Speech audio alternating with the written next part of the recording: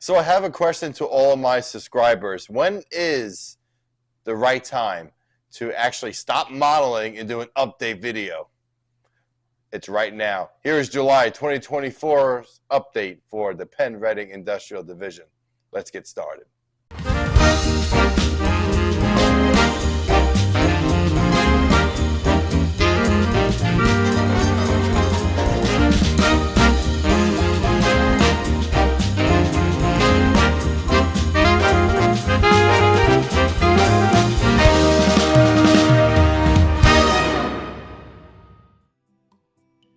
So it has definitely been about a couple of months since I have done an update video, and I apologize. Between life and work and then trying to get as much stuff done on the layout to get our operating session started, it's been a while, and I actually had so much time working on all different projects that I had to go, okay, stop, let's do an update video before we do anything further, right?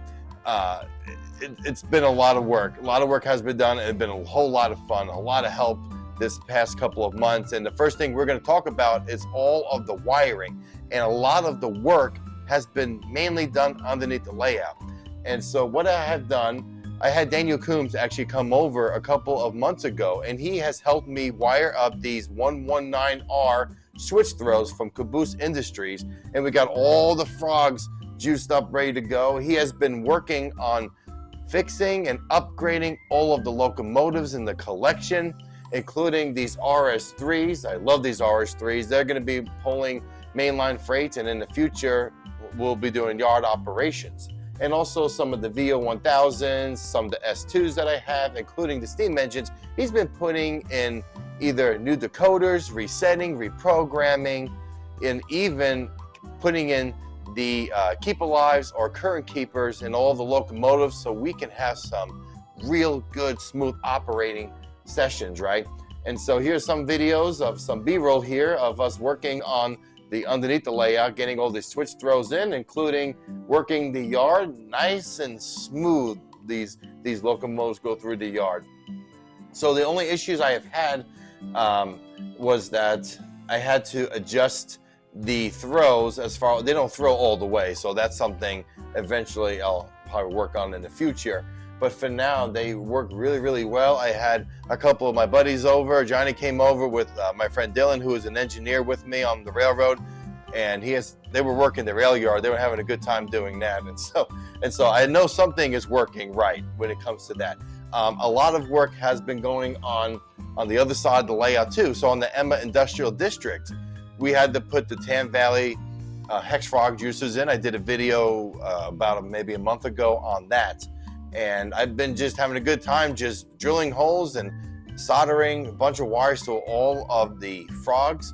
And so far we have just about almost all the frogs powered up. So the Emma Industrial District has been working really, really well, actually. And I will have a operating video that I've been working on. So we'll get to future videos, but I actually have a video that I will probably come out in the next week or so on the Emma the Emma Local. We'll do an Emma Local video, and that's gonna be 2 parts. That's a long video.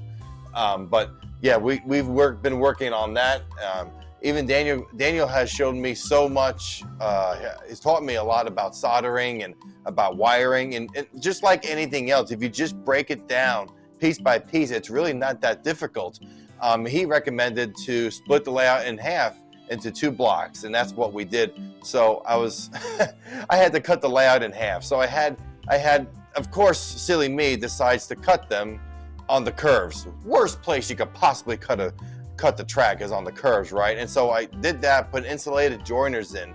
And on the one side, on the Durban Grove side of the layout, I busted the ties. And so I had to replace the whole track, which actually worked in my favor because I actually had to go back and resolder all the joints, and that way the curves come out a little smoother, in which they did. I'm still having a little issues on some locomotives, so they may have to be adjusted. I really am dying to get the ballasting done, but one, it's a little bit of that fear of, if I ballast it, then I have to replace the track. But anyway, I replaced one of the curves. It has to be painted and weathered, and then we'll eventually ballast. So we'll get the ballasting later on. And so to come back to the Vine Street section, the only thing left to do is to hook up the service track and the ready track, and including the roundhouse. I need to get the roundhouse hooked up. I wasn't able to get the roundhouse hooked up in a bit. Okay, so now we are here on the Emma Industrial District side of the layout.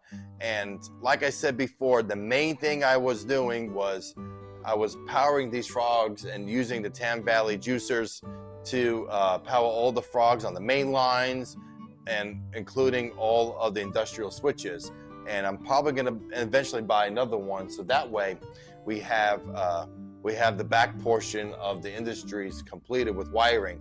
But in the meantime, while I was trying to power these juice these frogs up, I took the buildings off, and I was able to clean all the track. I had a lot of ballast that was glued to the side of the rail, and so thank God for Seaboard Central. Tim had a great idea of using a sander, a sand block, and just rubbing the sides of the rails to get rid of all the excess ballast, and got some off the ties. And I'm telling you, that stuff works great.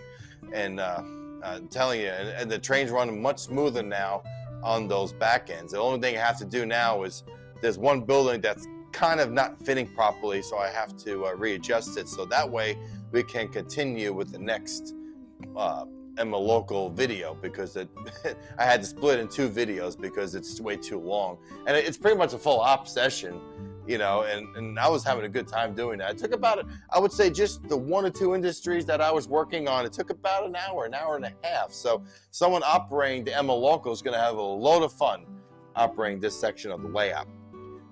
So there's a lot of stuff that's been going on there as far as the wiring.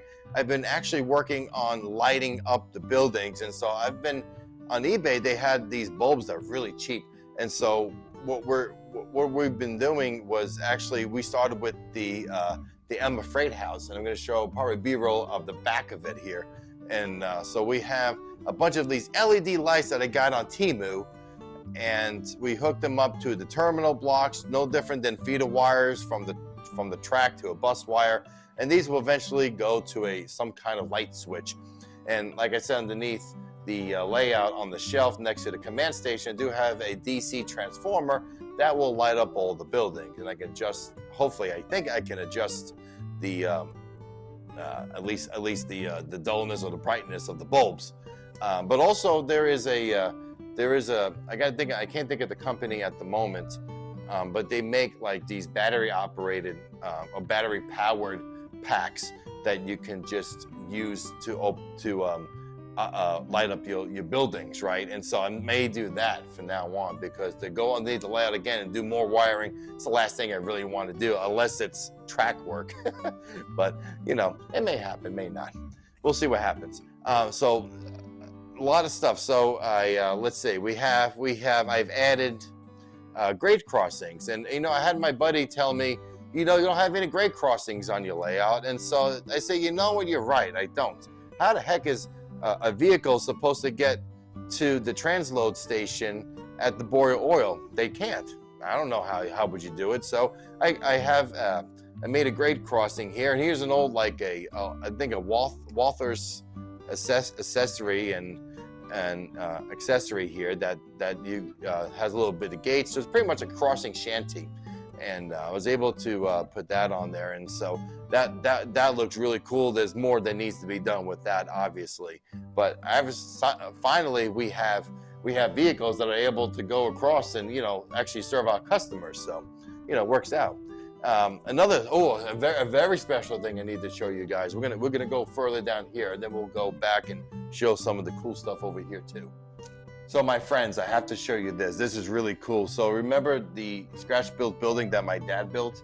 Well, I was able to go and actually resurrect it and repainted it. Now it's a maintenance of way shed more like a depot for the Penn-Reading Industrial Division. And I picked the colors that the Reading Railroad used, which were like the white and green for the depots and stations. Able to put it on a platform here, and that way it pretty much has its own base, so I could put it on any layout or module that I so choose. And eventually there will be lighting and some more detail that will go into it, like just little detail accessories like oil drums and certain things like that. I do have video that's completed as well. That video should be out in the next few weeks. And July 5th was my dad's birthday, and so I wanted to get this done for his birthday. I was trying for Father's Day, but life got too busy, so my goal was to get it for his birthday. So at 61 years old, he was able to actually see this, something pretty much completed and completely different than what it originally was. I do have a few more for scratch build buildings that need some TLC, and I'm hoping to do more of that in the future and show you some videos. So you show a little bit how you resurrect some stuff and turn things into a work of art pretty much. And what he did was a work of art. And so all I did was just pretty much repaint it and added a little more detail to it and just made it pop. So I'm very proud of how this came out. And so let's go along the fascia, because there's a lot of stuff on the fascia that's been going on too. All right, so you can see here, I'm kind of not in the shot, but this is more important than seeing my face. I was able to finally get some of the Walther switch machines installed. That's been the major part. Now, a learning curve, folks, is definitely test them out before you install them.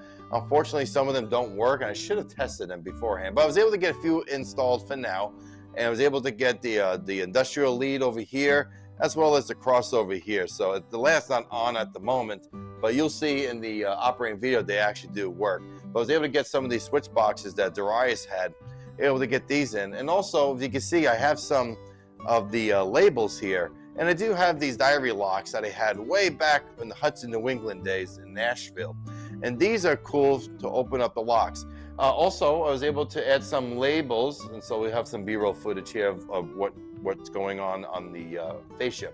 We have finally labeled the car card holders, and I was able to finally get some of the rolling stock inventoried as well as organized on the car cards.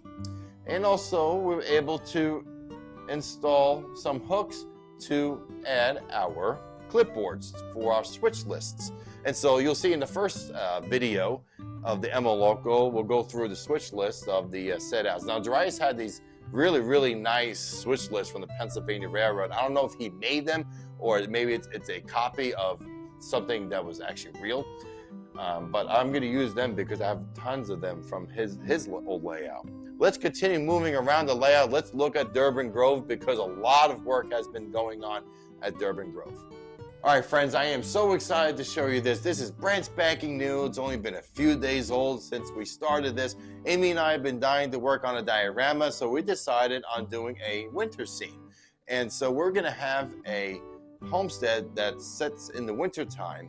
And all the kits that we have here were wood kits. So she worked on a very first wood kit, and you would never guess what wood kit it was. It was Bernard's Mini Prince outhouse. And so we have a little dude in there. He's on the potty. Let's just put it that way. Let's keep it PG. And so the next thing to do is wire this up, baby. And so that's why he can say all of his provocative stuff that he says. Well, I don't know what he says. We'll see what happens. Anyway, so we got a lot of work to do. I am working on a video on how we make this, so stay tuned for that. That will happen probably the next couple of months.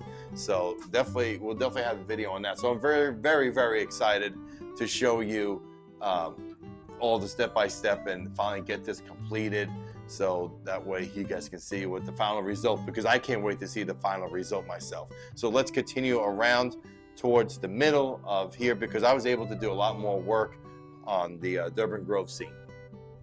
Oh, my friends, I am so excited to show you this section of the layout. This is Durban Grove, and a lot of progress has been happening here. And so Durban Grove is a fictional town, so to speak. It represents a small section of the Appalachian Mountains. It's a nice peaceful area separated from the busyness of the rest of the layout. And Durban Grove is named after my friend David Durban, and he passed away last year, so this is a little memorial tribute to David. He was a big model railroader, and actually this past weekend we documented his layout and had an interview with his wife Maribeth, and that will hopefully go with Ken Patterson's What's Neat This Month for Model Railroad Hobbyist magazine. And so what I did here was actually create a little bit of Durban Grove. Durban Grove was just going to be the waterfall scene, and that's currently being installed, and I need to add water. I was able to do some more work on the arch bridge, added some backing to it, so can't wait to actually put some water features and finish the water features, because that's going to look so cool with the waterfall. The waterfall, it needs a little more work, but it's actually made out of hot glue on wax paper, so it needs a little more work, but there's an easy way to make a waterfall. And so there's, like I said, more work needs to be done with the trees and all that scene right there. But a lot of progress has been done on this side here. And this is the fictionary Emma branch line that goes off into your imagination, into the distance. And there's a telltale here, is a double track, and that's going to go down actually on the main line below. I do have a single one for the fake branch line. And this building here is a station that my friend Roger gave me. I was able to add some more people on the station platform. looks like they missed the train, because they're all waiting for the train that's going by them. But there's a lot more work that needs to be done on here. I do have the antenna for the NCE system, so maybe eventually I'll get it hooked up, so that way we can do some wireless operations without controls. So again, a lot more work being done here, and a lot more work to go, and I can't wait to get a lot more stuff done on this side of the layout. So let's continue back to the Vine Street side, because a lot of stuff's going on in the Vine Street yard section. All right, we finally arrived here at the Vine Street yard section of the layout. A lot of work's been going on here. So we talked about the wiring and a little bit about the roundhouse. I added some details to the roundhouse. There are some more details need to be done. I had these Woodland Scenic characters. They're going to be working on the steam engines inside the roundhouse. And the next thing to do too, I have this Woodland Scenics diesel servicing station. So that's the next thing that will be done as well. Again, some of the wiring that would need to be hooked up, the servicing track, the reading track. Obviously the roundhouse will need to be hooked up eventually. So it's a turntable, that's the next thing. Recently I had Walthers have an awesome compliment, and they featured the turntable, and actually it's their kit, and they had a little feature just showing the work I've done, and thank you Walthers for the amazing compliment. That's just amazing. I had a great time actually doing that turntable, and I think maybe I mentioned that in the previous update. I can't remember. It's been so long. I can't remember anything. But behind that roundhouse, we do have a new rock wall. I wasn't sure what I really wanted to do with scenery, and I was going to add a bunch of buildings, and so I decided maybe a rock wall will look more of a realistic than buildings underneath a bridge. I don't know. To me, it looks a little better than having a bunch of building flats. And again, there's some more of the polyfiber trees that's still being made. And speaking of polyfiber trees, oh boy, I went ham.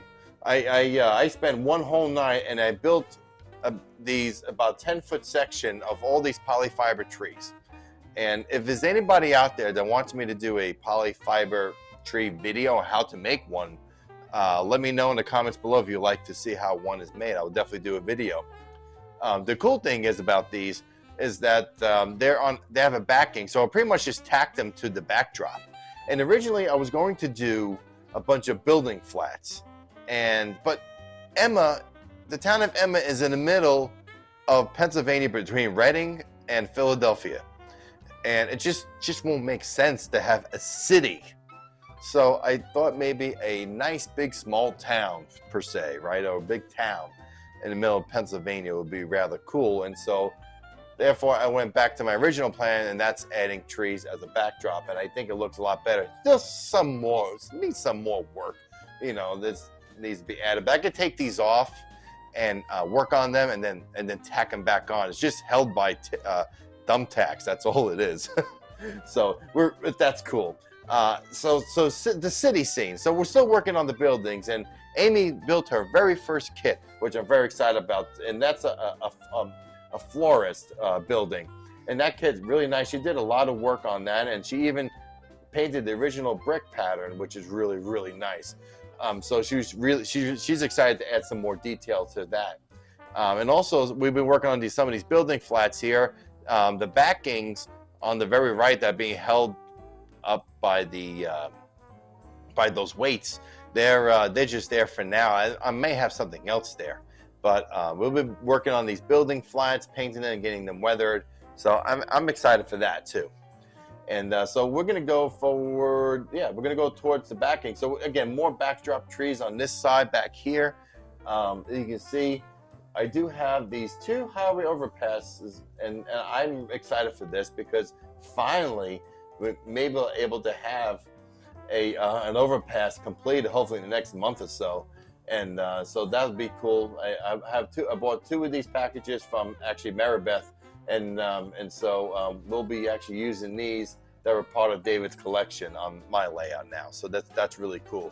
A lot of cool different stuff. We got American flags that will be put up eventually. We have some of these JL Innovative Design. These are REA crates, right? Those are going to go on the office building over there. And then in the foreground, we do have a bunch of figures that my dad painted way back in the 90s, and I was a kid. And so we have some figures. I never really liked figures, but you know, they do make the layout pop and make your scenes pop. And so it's cool to have figures on a station platform, right? So we did some of that. It's a little bit of scenery work, but not really something crazy or something dramatic like the backdrops. I would say really the big addition would be the car card holders and all of the labels for those as well, the hooks and even the clipboards. We have a clipboard for our Vine Street yard job. And speaking of operations, I am working on the actually job cards. Now, Steve Davis on KCS third sub, he has these these job cards where it actually shows you directions of what you're supposed to do on the job. And so I'm going to have those for the layout as well. And so we'll have those for operating sessions. So you'll get a job card and a switch list, and then you're off to operating the layout. So there's a lot of fun with that. And speaking of operations, a few other things I'd like to show you with that. And then we pretty much wrap it up with some projects and some additions to the layout as well. So let's do that now. All right, so these are hookups for the cassettes. So we're going to have cassettes on each side of the layout, so they're pretty much staging for through trains to come on the layout and go off the layout, right? And so we have them here, and pretty much they just hook up to the cassettes, and you can take them off. And I have these pieces of foam here, and these are lips. That way it could be flush with the track. And so the next thing you need to do really is add the legs to the cassettes, and the cassettes are completed. So hopefully by the next update video, we'll have that completed, and I can show you a little bit of operations from cassette to cassette. So let's see. There's some other stuff here I'm trying to figure out. Oh, right in front of me here in this drawer set. So let's check this out. All right, so I'm excited about this too to show you guys. I've been labeling all of where the trays are at. I've been inventorying all the cars. We've been inventorying all of the rolling stock on a spreadsheet as well. And eventually JMRI would, I think, something like that. We'll figure out some kind of switch list. I mean, it's kind of sort of neat here, but I have all these labels. And so we have extra car cards, stuff like that. And all the trays are actually very organized. So like they're all organized and labeled here. So you get wood reefers, 40-foot box cars, 50-foot box cars, and auto box cars, cattle, stuff like that. And these trays, all the car cards are on the sides here. And then you have all these cars in these trays. Okay, it's a very good idea to organize your rolling stock and locomotives. And again, like down here below, it's hoppers, missed box cars, gondolas, tank cars, and it goes down to passenger cars, and all this whole drawer is pretty much full of your operating sessions. So I'll pull the trays out, set up the trains to go onto the layout, and those cars that I used, they will be taken off the layout eventually and placed back in a drawer. Maybe 3 operating sessions later, I'll take them back out and they come back again, you know, for loads or empties and stuff like that. And it's helped to keep me track. It keeps everything organized, you know. And so if you don't need to use this for operating sessions, you can even use it just to organize and keep all your freight cars neat, especially if you don't have boxes, because I don't have boxes for these cars. So it keeps them nice and safe inside these drawers. And this is like a Walmart for like, I don't know, 40, 50 bucks. So, I mean, it's cheap. It's like particle board, you know, but it works for me. Man, that has been a long update. I appreciate the patience. You know, there's a lot of work that's been going on. There's a lot more that has to be done. And I know I had a lot of folks asking me, hey, when's the next update going to be? So I'm glad to finally get one out for you guys. Yeah, it's a little long. Yes, I talk a lot and I'm Italian. I'm sorry. That's just the way it is. But I'll say this, though. We're going to have a lot more videos coming out finally. I'm trying to work on videos and not model as much. And just because there's a lot, in order to put videos out, I had to create some content. I had to do some modeling. So, you know, we're gonna have some how-tos on the diorama. Dad's maintenance of way building. We're gonna have some running videos. We're gonna have some open house. I have my buddies that come over. So here's the thing: if you are in the Northwest Arkansas region and you come to visit, holler at me. You guys can come see the layout pretty much around on the weekends, unless you have something going on. But yeah, if you want to come see the layout, it keeps me motivated to keep working on it and get it running, you know. So so just come on, hang out. And also we're gonna have operating video. The operating video I'm very excited about. I've been working on that already. And let's see what else. Oh, we're gonna be at the RPM meet in St. Louis this year, so you look for this shirt, because I don't have any other shirts, believe it or not. So you look for this shirt. I'll most likely be wearing that. I'll be there Saturday and Sunday. Well, Sunday will be in St. Louis, but Saturday I'll be at the train show. We'll be signing autographs and taking photos and all that stuff. No, not really. But if you're gonna come to the show, I can't wait to meet you guys. I mean, it's gonna be such a great time at the RPM meet this year. So stay tuned for that. And guys, if you enjoy the content being created, I know YouTube, in order to get subscribers, you got to say this stuff. So smash the like button, subscribe if you enjoy the content that's being presented. Write in the comments below some videos that you would like to see, and I'd love to hear from you. And thank you so much for the patience, and I will see you next time for the next update on the Penn-Reading Industrial Division. You guys take care.